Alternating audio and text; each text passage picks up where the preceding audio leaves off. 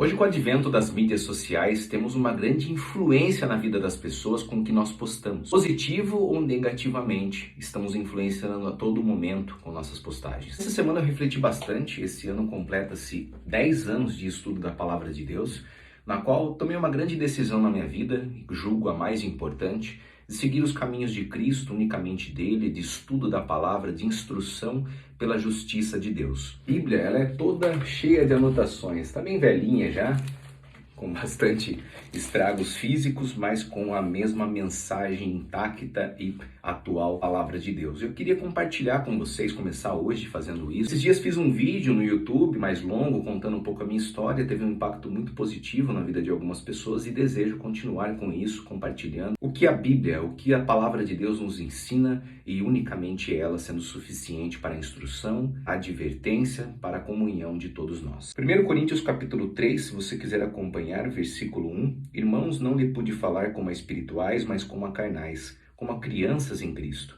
Deles leite e não alimento sólido, pois vocês não estavam em condições de recebê-lo.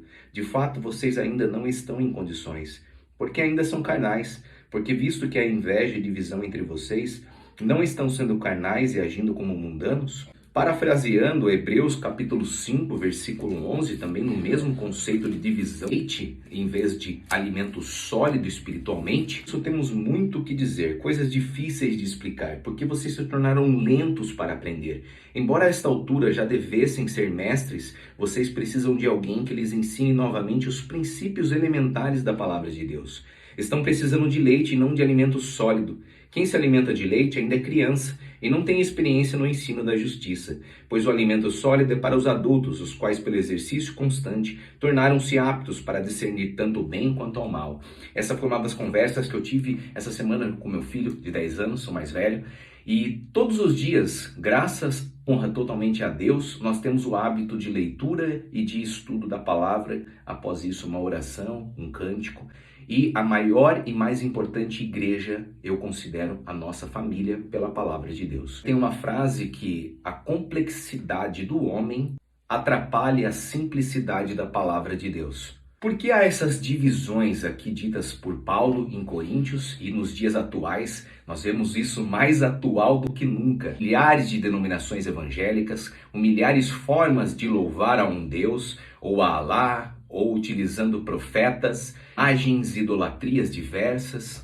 Nós estamos num mundo multifatorial, num mundo multicultural. Você é um ateu, por exemplo, e você não tem crença em nada, e você, por algum momento, converte a Cristo. Aí você enfrenta outro desafio. Qual igreja pertencer? Diante a tantas denominações, tantas divisões, que é justamente o que eu vou ler agora, continuando Coríntios 3, versículo 4. Pois quando alguém diz eu sou de Paulo e outro eu sou de Apolo, não estão sendo mundanos? Afinal de contas, quem é Apolo? Quem é Paulo? Apenas servos por meio dos quais vocês vieram a crer conforme o ministério que o Senhor atribuiu a cada um. Eu plantei, Apolo regou, mas Deus é quem faz crescer, de modo que nem o que planta nem o que rega são alguma coisa, mas unicamente Deus que efetua o crescimento. O que planta e o que rega tem um só propósito, e cada um será recompensado de acordo com o seu próprio trabalho. Versículo 11, para não ficar muito longo, e encerrar, porque ninguém pode colocar outro alicerce além do que está posto, que é Jesus Cristo. Se alguém constrói sobre esse alicerce usando ouro, prata, pedras preciosas, madeira, feno ou palha, sua obra será mostrada porque o dia atrará a luz, pois será revelada pelo fogo que provará a qualidade da obra de cada um. Esses materiais ditos aqui por Paulo no fogo. O que aconteceria se o ouro for colocado em alta temperatura?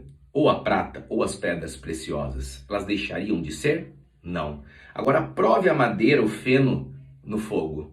Elas, obviamente, deixarão de existir. Assim acontece com as denominações, com as placas religiosas, que muitos idolatram. Até mesmo uma observação aqui para os católicos, que muitos julgam da igreja protestante e o catolicismo por serem idólatras e tal, e eu que defendê-los no sentido de, eu acredito que os católicos não idolatram imagens. Pelo contrário, a igreja protestante tem muito maior potencial de idolatria, e nós vemos isso em ministros, em pastores, em cooperadores, em pessoas que são líderes religiosos sendo edificados e adorados por homens que vão até eles porque têm um dom, porque têm um talento especial segundo eles, E a palavra de Cristo, ele é poliglota, fariseu de fariseus, mestre da lei, um dos homens mais cultos filósofos da época, e se esvaziou de tudo que era humano para transmitir única e exclusivamente a palavra de Cristo. Aqui Paulo coloca para nós um exemplo prático do porquê temos tantas divisões hoje em dia, de diversas denominações, de diversas placas religiosas.